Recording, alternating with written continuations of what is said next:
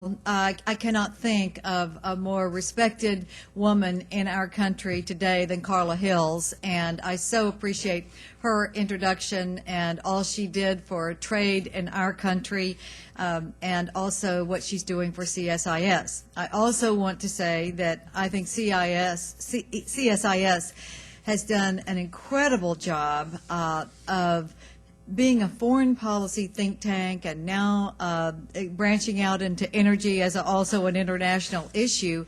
And I'm on one of the advisory boards of CSIS, and my friend Ann Armstrong, another incredible Texas woman, is chairman of the board and does a great job. But CSIS is a wonderful resource for us, and John Hamry does a terrific job. I worked with him when he was in the United States Senate in the Defense the Armed Services Committee, and he has done a great job at CSIS. And of course, Sam Nunn, as the chairman, also has done a great job. So thank you to CSIS for doing so much as a resource for our country, especially in international affairs.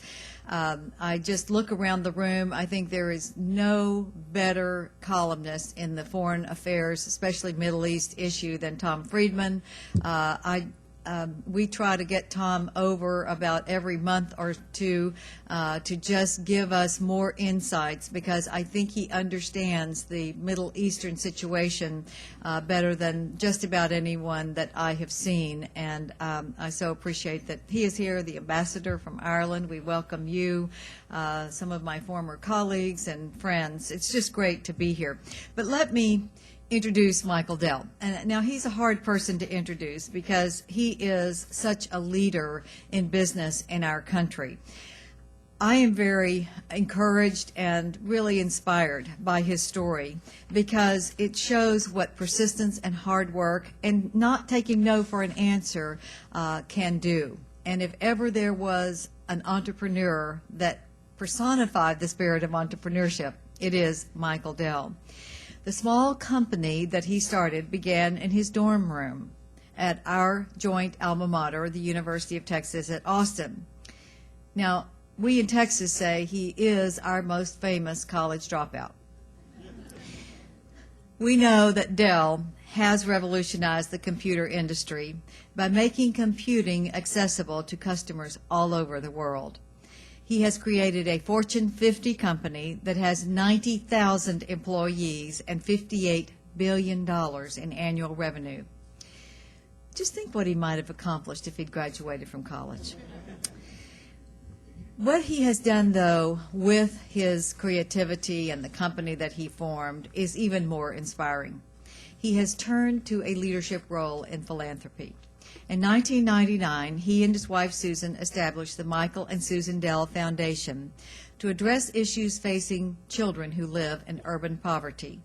During its first 7 years, the Michael and Susan Dell Foundation has committed more than $330 million to nonprofit organizations from Central Texas to India, focusing on children's health, education, and other issues that would benefit poor children. Earlier this year, Michael and I both addressed a Texas Education Summit. In his speech, he pointed out that technology is rapidly changing our education system, and it's making education more important than ever. Right now, our country is competing against economic powers like China and India, and we need to focus our education to meet these challenges. Dell is helping to meet that challenge, among other things, by becoming a founding partner and investor in the Texas High School Project, which is a $261 million public-private partnership focused on improving high school graduation rates and increasing college access for students in major urban areas. Michael has come to CSIS today to talk about another issue that certainly has international overtones, which is energy. This effort is going to require ingenuity and innovation on our parts. We all know that the price of energy is going up because of the supply growing all over the world and the demand not growing. So this is going to be an issue that we are going to have to face globally. In 2003, Michael spoke at the University of Texas at Austin commencement. He said, "We are fortunate to live in a country that accepts and even encourages experimentation and new ideas. I also think we are fortunate to live in a country that has someone who would seize that opportunity and turn it into the company that is Dell Computer and the foundation that is the Michael and Susan Dell Foundation, giving back so much that will make our state and our nation the very best." Please welcome Michael Dell.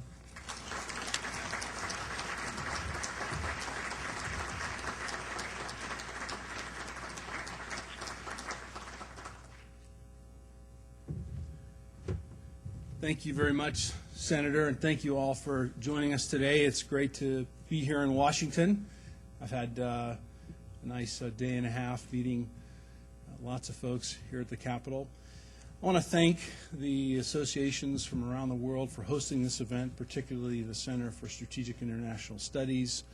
Energy and environment are definitely hot topics, no pun intended.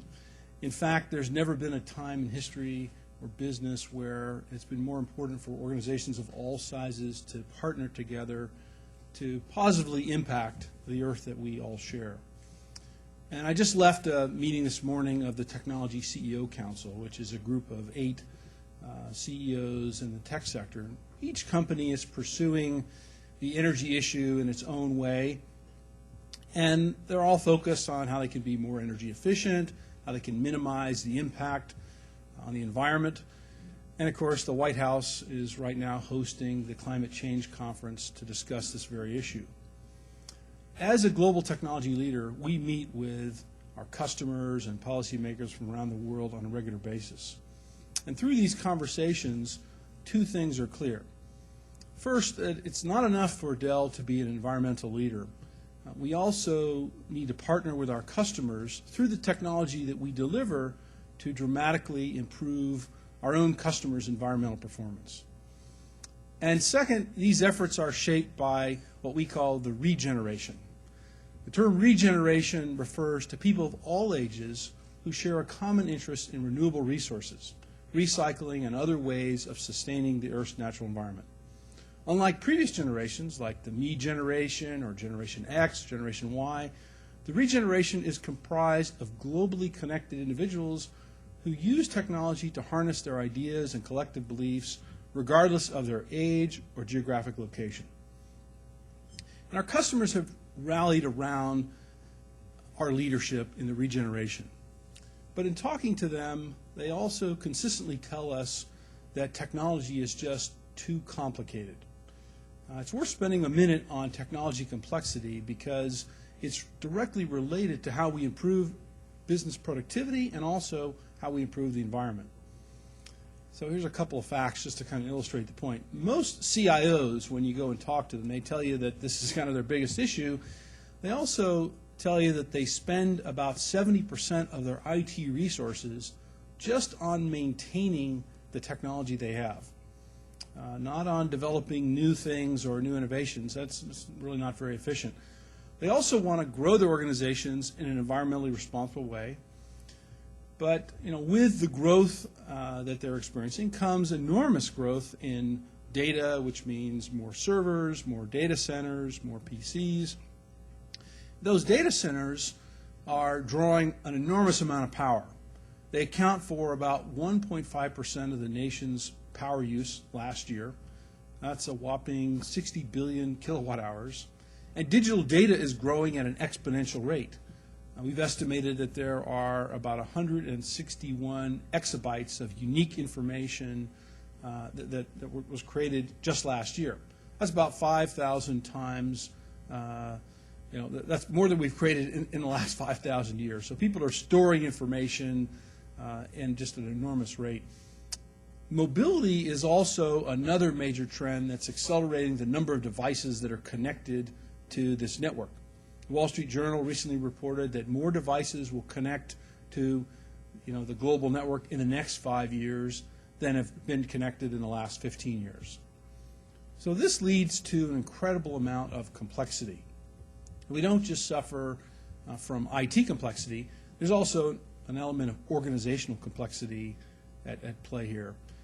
Today in business, IT and energy use are kind of thought of as separate issues, and they're really handled by two different departments. You have the IT department handling the data, you have the facilities department, or somebody else maybe handling the energy, and they're not necessarily talking to each other.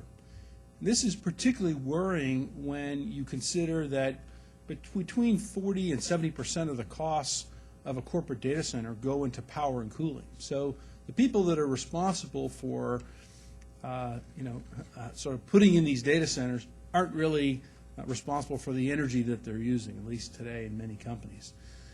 The challenges like this, I think, can also be a catalyst for transformation. And managing the high cost of these data centers has sparked a lot of new thinking about how we use technology. In the 1990s, as the industry was booming, IT professionals focused pretty much on one thing. It was the price-performance ratio. Wanted more computing power at a lower cost, and that was the only thing that mattered. Well, today, the IT industry is being shaped by an entirely new metric, one that is kind of transforming the landscape of IT, and that's performance per watt. Performance per watt is how much performance you can get for each unit of energy that you're using. This is a simple metric, but it really represents a sea change in how the IT industry looks at the future of technology. Thinking about IT in terms of performance per watt forces businesses like ours to rethink the way products are designed and the way they're used. And in our company, we know that simple IT means more energy efficient IT. And on this front, I'm proud to say we're an industry leader. We've developed several new products that lead the industry in energy efficiency. For example, our highest volume product, OptiPlex 745, for example, uses about 70% less power than its predecessor. And we recently launched a new server which draws about 34% less power while delivering 105% greater performance per watt over previous generations. But efficient IT really goes beyond just software. It goes into, beyond hardware, beyond software. It goes into bringing down energy consumption. There are a couple of examples of things that can be done. You've probably heard about virtualization technology. This is a great technology that allows you to turn one server into hundreds of virtual machines. So the system can do, one system can do the work of many servers before it. Fewer servers means less complexity, easier to manage, and certainly lower energy consumption. The second is power management, and we've all seen this. If you drive downtown at night and look at the buildings, you'll see lots of computer screens aglow, but nobody's looking at them. This is actually a lot of energy usage inside organizations, and there's software that can automatically power down those computers and the monitors during that time, so you don't waste energy and while they're not doing anything. So if your office closes about 6 p.m., doesn't open until 8 a.m., that's about 14 hours of energy that you can save. And in our new products, we've kind of built these features in so it sort of happens automatically. These solutions are actually available today. And as leaders of this regeneration, we're going to help our customers make use of them. If you think about it, when looking at the environmental impact of a company, we've been focused on carbon emissions for a long time now. And in heavy manufacturing and chemical industries, it's a really important metric. But in the technology sector, most of our carbon footprint comes really from the power and from the electricity that we use. So for us, the question is not just how do we cut the energy use. Fact is that we're a growing company, we're going to grow, we're going to use more. The issue is whether we can do it far more efficiently with a smaller carbon footprint. So at Dell, we pay very close attention to our carbon intensity, or in other words, our ratio of carbon emissions as compared to our revenue. I think this is actually a much more revealing measurement about how we're dealing with our energy challenges. And I'm proud to say that our carbon intensity is less than half that of our nearest competitor and among the very best in the Fortune 50. Nations that are looking for a comparable metric should focus on their energy intensity, the amount of energy consumed per unit of GDP. The good news is that with all the productivity increases as a nation, we're actually improving. Since 1990, the energy consumption per unit of GDP has dropped, according to the International Energy Agency. Ironically, much of this credit goes to technology. Economists say our energy intensity is down because most U.S. businesses have adopted information technology and become more efficient. And as we simplify IT, I think that trend's absolutely going to continue. But just riding a trend is certainly not enough, and I feel strongly that governments can play a significant role in driving energy efficiency as well. So there are a few different ways to go about it. First, governments can reward green power producers and private sector organizations that achieve greater energy efficiency, and these could be credits for researching or producing energy efficient technologies, could be funding for projects that teach businesses how to be more energy efficient, or incentives for businesses that encourage energy efficient practices like telecommuting. According to a recent CEA report, this alone, telecommuting, could save 840 million gallons of gas per year, reducing greenhouse gas emissions by nearly 14 million metric tons. Not to mention, employees might like telecommuting. Government agencies can also run more efficiently by reducing the off-hour power consumption and measuring performance per watt and energy intensity. And they can encourage their contractors to use energy-efficient IT equipment and encourage their power producers to generate cleaner energy. And I'm not just talking about here in the U.S. These suggestions are really relevant to policymakers worldwide, and it's particularly important in emerging markets. The International Energy Agency recently said that the emerging markets will represent more than 75% of the increase in CO2 emissions in the next 25 years. So whatever the specific proposal, we really have to recognize two things. The first is that technology plays an important role in helping companies meet their energy goals, and second, that governments can too. And for Dell, we're certainly going to do our part. In fact, I'm proud to say that today, we're announcing that by the end of 2008, we're going to be the first major computer company to become carbon neutral. We certainly hope we're not the last. And I say this with all seriousness. I think we have a critical need to build a worldwide community dedicated to improving the environment. We need organizations to build long-term partnerships with their customers, their stakeholders, and suppliers of all sizes to make a difference. That's why today we're not just announcing our plan to go carbon neutral, we're going to go even further. We're launching a program called Plant a Forest for Me. And this enables our customers, organizations worldwide, to share best practices and partner with Dell to facilitate the planting of millions of trees in sustainably managed reforestation projects. Now, this is an extension of a program we announced earlier this year in January at the Consumer Electronics Show called the Plant a Tree for Me program, where individual consumers could, in this case, essentially buy a tree. So I'd like to take a few minutes and kind of describe how this program works. Essentially what a customer can do is when they purchase a PC, a notebook computer, $2, or a desktop computer, $6, essentially allows you to buy a tree which offsets the carbon emissions from the energy that computer produces. So a pretty simple program, pretty low cost. So now we're extending that to our customers. I'd also like to take a minute to announce who the founding members of this program are. In the Plant a Forest for Me, these are companies that I think are heroes in joining us and setting a high bar on day one. These are ABN AMRO, Ask.com, AMD, Salesforce.com, and WellPoint, and I can tell you that there are many, many more that are quite interested, so please join me in giving a round of applause for these environmental leaders.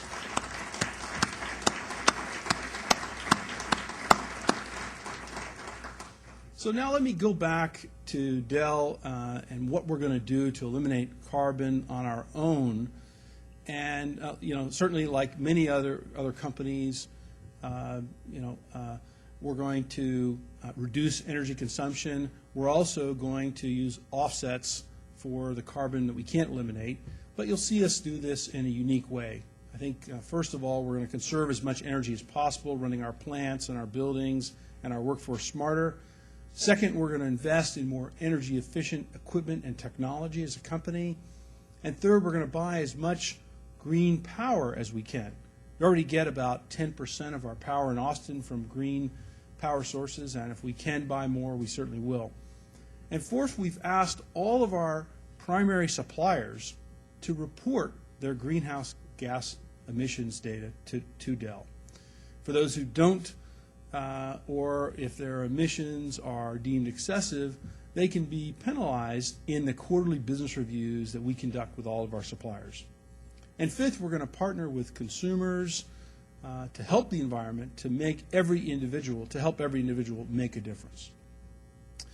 One of the ways we're doing this is through this Plant a Tree for Me program, where customers can participate and put essentially a tree in the ground for $6 for a desktop, $2 for a notebook. And 100% of the funds for that go towards these reforestation projects. So to conclude, it's clear that we'll continue to listen, to engage, and create opportunities with our friends and competitors to join us along the way. In fact, while we vigorously compete in many areas in our business, when it comes to environment, there actually are no competitors, only partners. And I believe technology plays an indispensable role in the American economy, and we believe technology should play just as critical a role in energy efficiency and environmental protection in the years ahead. So thank you very much for the opportunity to share this news with you today. I think Carla is going to come up here and join me, and we're going to take a few questions.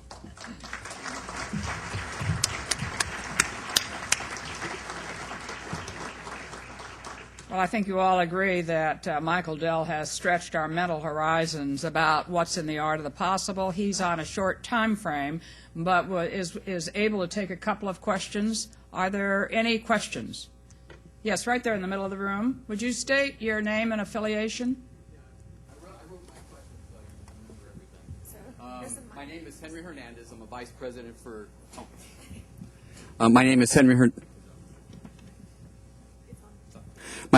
Hernandez, and I'm a vice president of diversity and inclusion for American Express.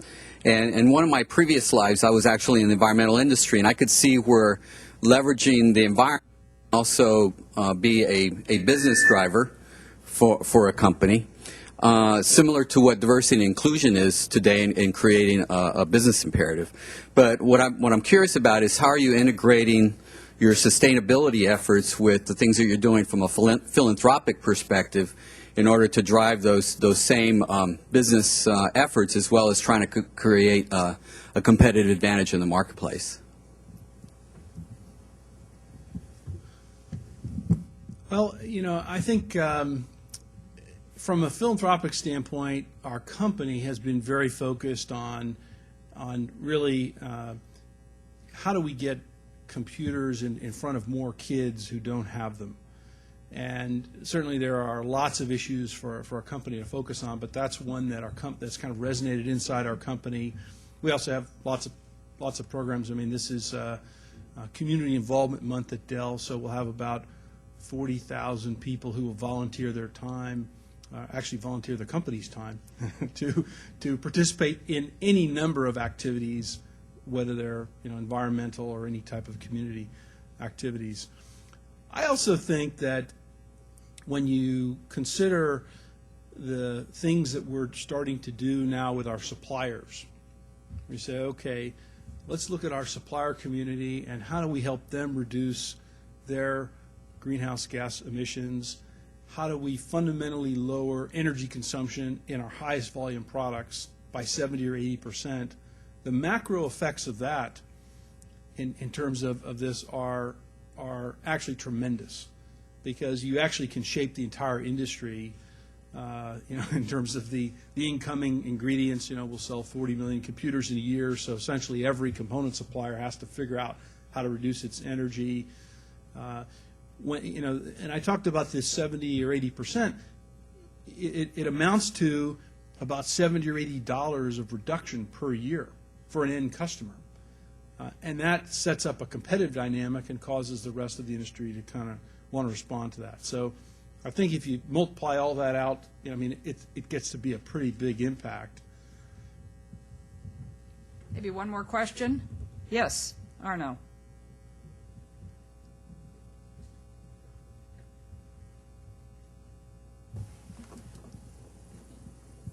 Thank you. Honorable Borgraf, CSIS, Mr. Dell. I wonder if you could give us your view of where you think we'll be about 10 years from now with IT doubling in power every year, which is, I guess, multiplied by 1,000 in 10 years. Where's all this going, and what's your view on Ray Kurzweil's book, The Singularity is Near, if you've read it?